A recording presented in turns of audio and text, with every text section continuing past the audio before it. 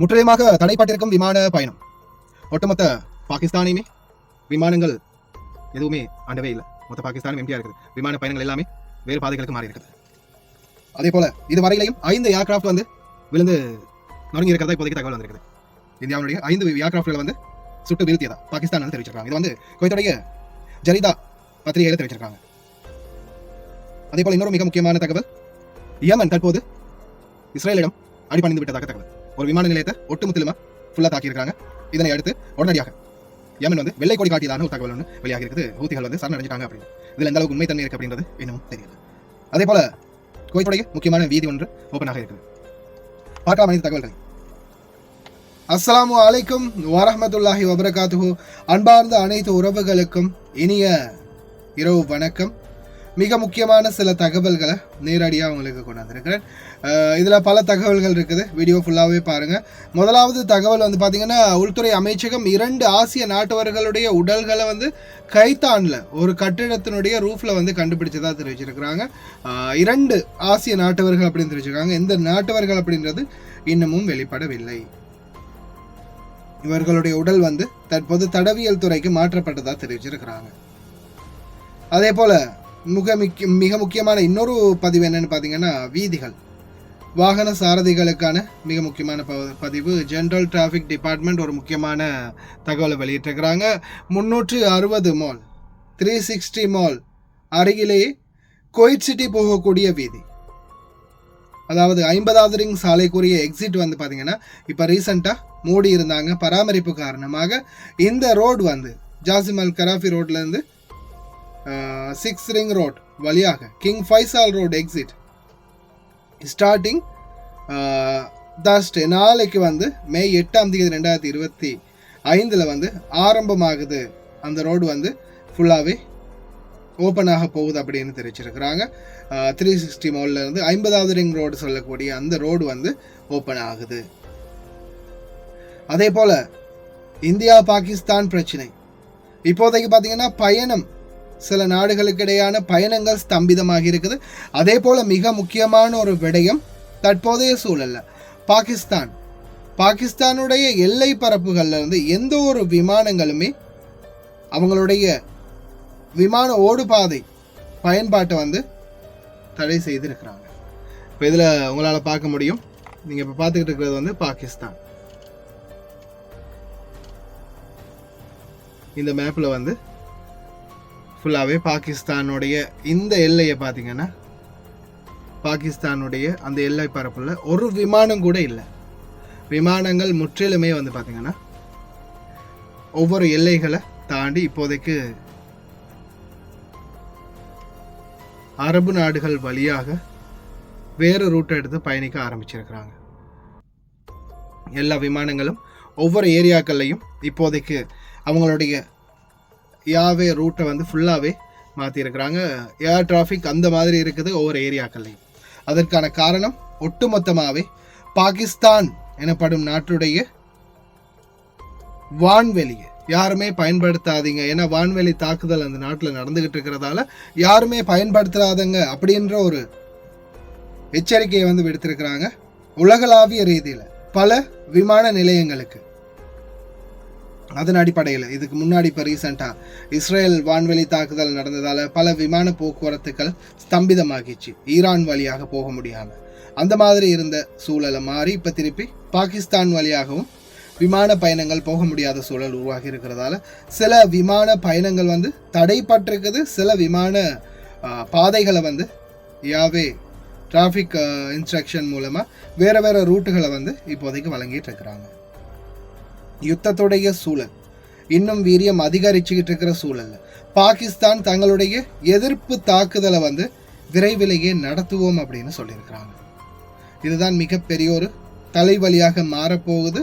இனி வரும் நாட்கள்ல எந்த மாதிரியான சூழல் உருவாகும் அப்படின்றது சொல்ல தெரியல. இப்போதைய சூழலுக்கு இது வந்து ஒரு நார்மலான சிச்சுவேஷனாக தெரிஞ்சாலும் எதிர்வரும் நாட்கள்ல இந்த சண்டை இன்னும் அதிகரிக்கும் போது இது மிகப்பெரிய ஒரு தாக்கத்தை அனைவருக்கும் ஏற்படுத்தலாம்.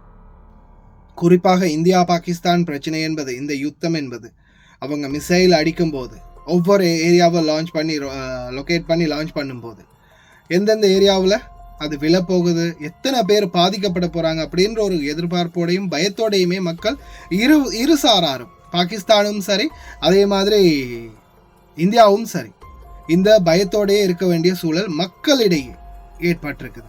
அதுலேயும் குறிப்பாக ராமேஸ்வரத்துலேருந்து ஒரு 30 கிலோமீட்டர் தாண்டி ஏதாவது ஒரு மிசைல் தமிழ்நாடு பக்கமோ இல்லை தமிழ்நாட்டை டார்கெட் பண்ணி அடிக்கிறது ஏதாவது ஒன்று கொஞ்சம் ராமேஸ்வரத்தை தாண்டி ஒரு 30 கிலோமீட்டர் தாண்டி கொஞ்சம் வேகமாக பறந்து வந்துச்சுன்னா தலைமன்னருடைய தலையை கொய்யறதுக்கும் வாய்ப்பு இருக்குது. இந்த மாதிரி யுத்த சூழல் அப்படின்னும் போது எந்த நேரத்தில் எது நடக்கும், எந்த மாதிரியான ஆபத்துகள் வரும் அப்படின்றத யாராலையும் வியூகிக்கவே முடியாது. அடுத்தது மிசைல்ன்றது எவ்வளோதான் டார்கெட் பண்ணி அடித்தாலும் அது ஒரு இலத்திரனியல் இயந்திரம் அப்படின்றதால ஏதாவது மல்ஃபங்க்ஷன் கூட ஆகலாம். அது ஏதாவது ஒரு விதத்தில் இலங்கையும் சேர்த்து பாதிக்கலாம் அப்படின்றது தான் தற்போதைய சூழலில் இருக்கக்கூடிய ஒரு மிகப்பெரிய பயம். அதே போல் இப்போதைய சூழலில் குவைத்தை பொறுத்த வரையில் அராப் டைம்ஸ் செய்தி பத்திரிகையில் பல செய்திகள் வந்து வெளியிட்டிருந்தாங்க. இந்த செய்திகளில் பார்த்தீங்கன்னா அராப் டைம்ஸில்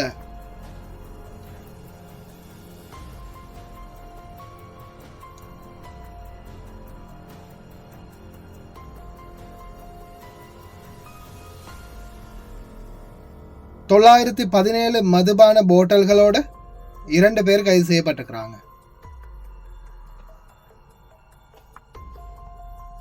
917 மதுபான போட்டல்களோட இவங்க 2 பேரும் கைது செய்யப்பட்டதா அராப் டைம்ஸ் பத்திரிகையில் வெளியிட்டிருக்கிறாங்க.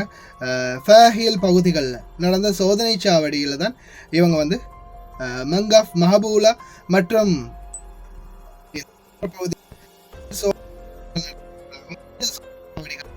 இந்த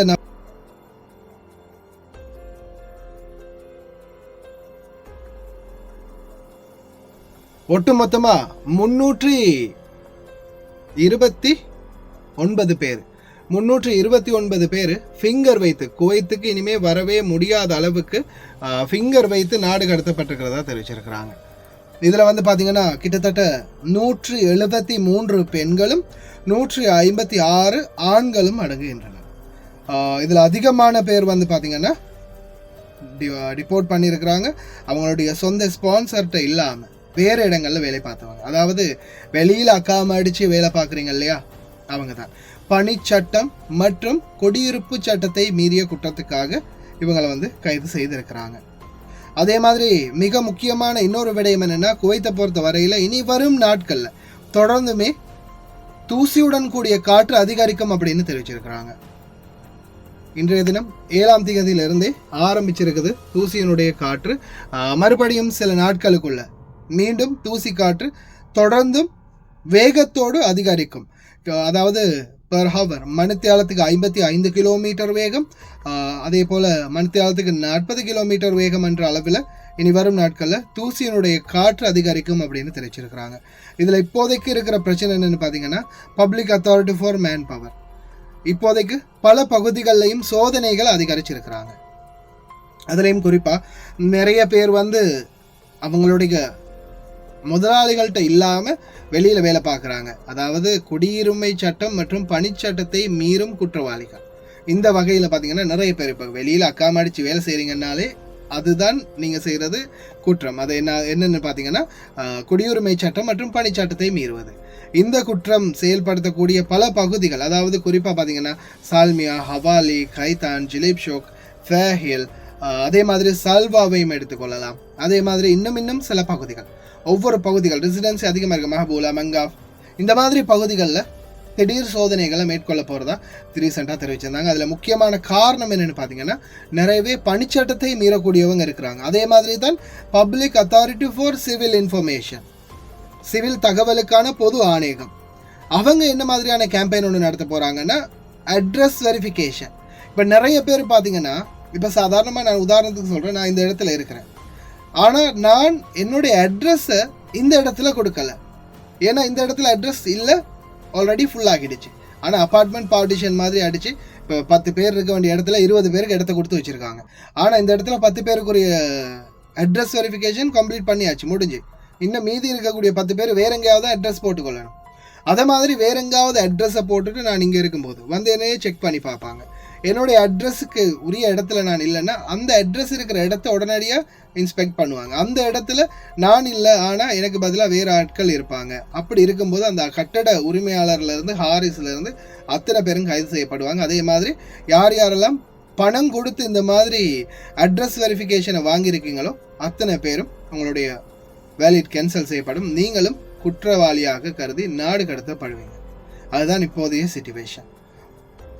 இதில் இப்போதைக்கு முக்கியமாக கொஞ்சம் கவலைக்கிடமாக இருக்கிற ஒரே ஒரு விடயம் என்னென்னு பார்த்தீங்கன்னா, குவைத்தில் தற்போதைய சூழலில் நிலவி வரும் புழுதிக்காற்று. இந்த புழுதிக்காற்று இனி வரும் நாட்களில் ரொம்ப அதிகமான தாக்கங்களை ஏற்படுத்துறதுக்கான வாய்ப்புகள் நிறையவே இருக்குது. அதனால் தயவு செய்து இனி வரும் காலங்களில் கொஞ்சம் வானிலையை பார்த்து அதுக்கேற்ற மாதிரி நடந்து கொள்ளுங்கள். அதே மாதிரி சில இடங்களில் இனி வரும் நாட்களில் சோதனைகள் ரொம்ப அதிகமாக இருக்கும், தீவிரமான சோதனைகள் இருக்கும். அந்த சோதனைகளுக்கும் தயாராகவே இருங்க. வெளியில் போகும்போது சிவில் ஐடியை மறக்காமல் எடுத்துகிட்டு போங்க. சிவில் ஐடி இல்லாதவங்க பொறுமையாக இருங்க. இந்த மாதிரி நிறைய சோதனைகள் வந்த பிறகு தான், நிறைய கைதுகள் நடந்த பிறகு தான் ஒருவேளை பொது மன்னிப்பு தரதுக்கான வாய்ப்பு இருக்குது. ஆனால் இப்போதைக்கு வரைக்கும் அது பற்றி எந்த ஒரு கன்ஃபர்மேஷனும் இல்லை. Still waiting. தொடர்ந்து வெயிட் பண்ணிக்கிட்டே இருக்கிறோம். நிச்சயமாக அது கிடைக்கணும் அப்படின்னு நாங்களும் துவா செய்கிறோம். பார்ப்போம் இன்ஷா அல்லாஹ். இதில் வந்து இவ்வளவுதான் இன்றைய தகவல்களில் முக்கியமான செய்திகள்.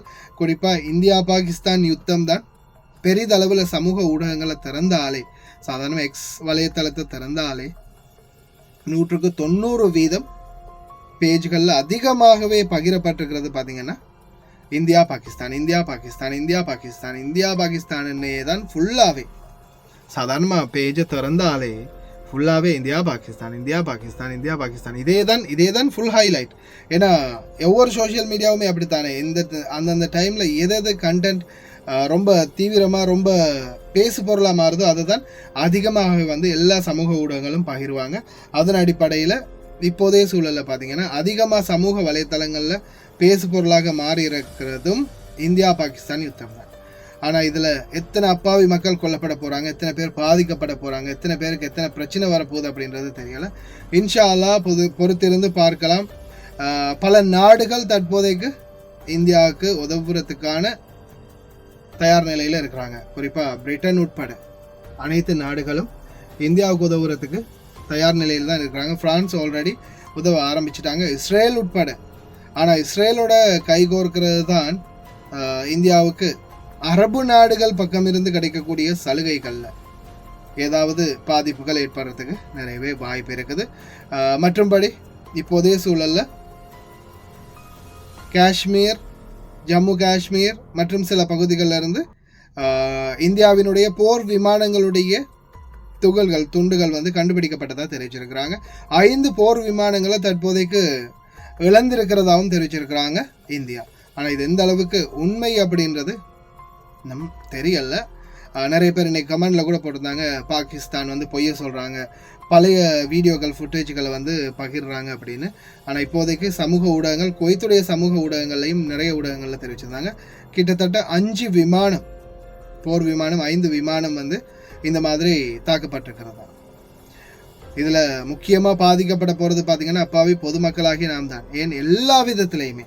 ஏன் இப்போ இந்த மாதிரி ஆகும்போது, இன்னும் இந்த யுத்த சூழல் அதிகரிக்கும் போது தன்னுடைய கௌரவ குறைச்சல், இந்த மாதிரி பிரச்சனைகள், ரெப்புடேஷன், அது இதுன்னு எல்லாத்தையும் பார்த்து என்ன செய்வாங்க, அமெரிக்கா கிட்ட ஒவ்வொரு நாடுகள்கிட்ட இருந்து உடனடியாக போர் விமானத்தை கொடுங்க, ஆயுதங்களை கொடுங்க அப்படின்னு வாங்கி தள்ளிக்கிட்டே இருப்பாங்க. இலங்கை அப்படித்தானே கொஞ்ச நாள் எல்டிடி யுத்தத்தை முடிக்கிறதுக்காக என்ன பண்ணாங்க, பல நாடுகள்கிட்ட இருந்தும் கடனை வாங்கி ஆயுதத்தை வாங்கி குவிச்சு யுத்தத்தை முடித்தாங்க. ஆனால் அதுக்கப்புறம் என்னாச்சு, கடைசியில் யுத்தம் முடிஞ்சு போச்சு. ஆனால் இன்னமும் யுத்தத்துக்கான கடன் இன்னமுமே முடியலை, இன்னமும் தொடர்ந்துக்கிட்டே இருக்குது. அது மாதிரி கொஞ்சம் காலம் போகல டாலருடைய விலைவாசியும் இன்னும் அதிகரிக்கும், பொருட்களுடைய விலைவாசியும் அதிகரிக்கும். அப்பாவி பாமர மக்களாகிய நாம் தான் தொடர்ந்தும் பாதிக்கப்பட போகிறோம். ஓகே ஃப்ரெண்ட்ஸ், கவனமாக இருங்க. இனி வரும் நாட்களில் சோதனைகள் ரொம்ப தீவிரமாக இருக்கும். அதுக்கு ஏற்றாற் போல் நீங்களும் உங்களை தயார் நிலையில் வைத்துக்கோங்க. இன்னொரு நல்ல தகவலுடன் சந்திக்கிறேன். அஸ்ஸலாமு அலைக்கும். Good night.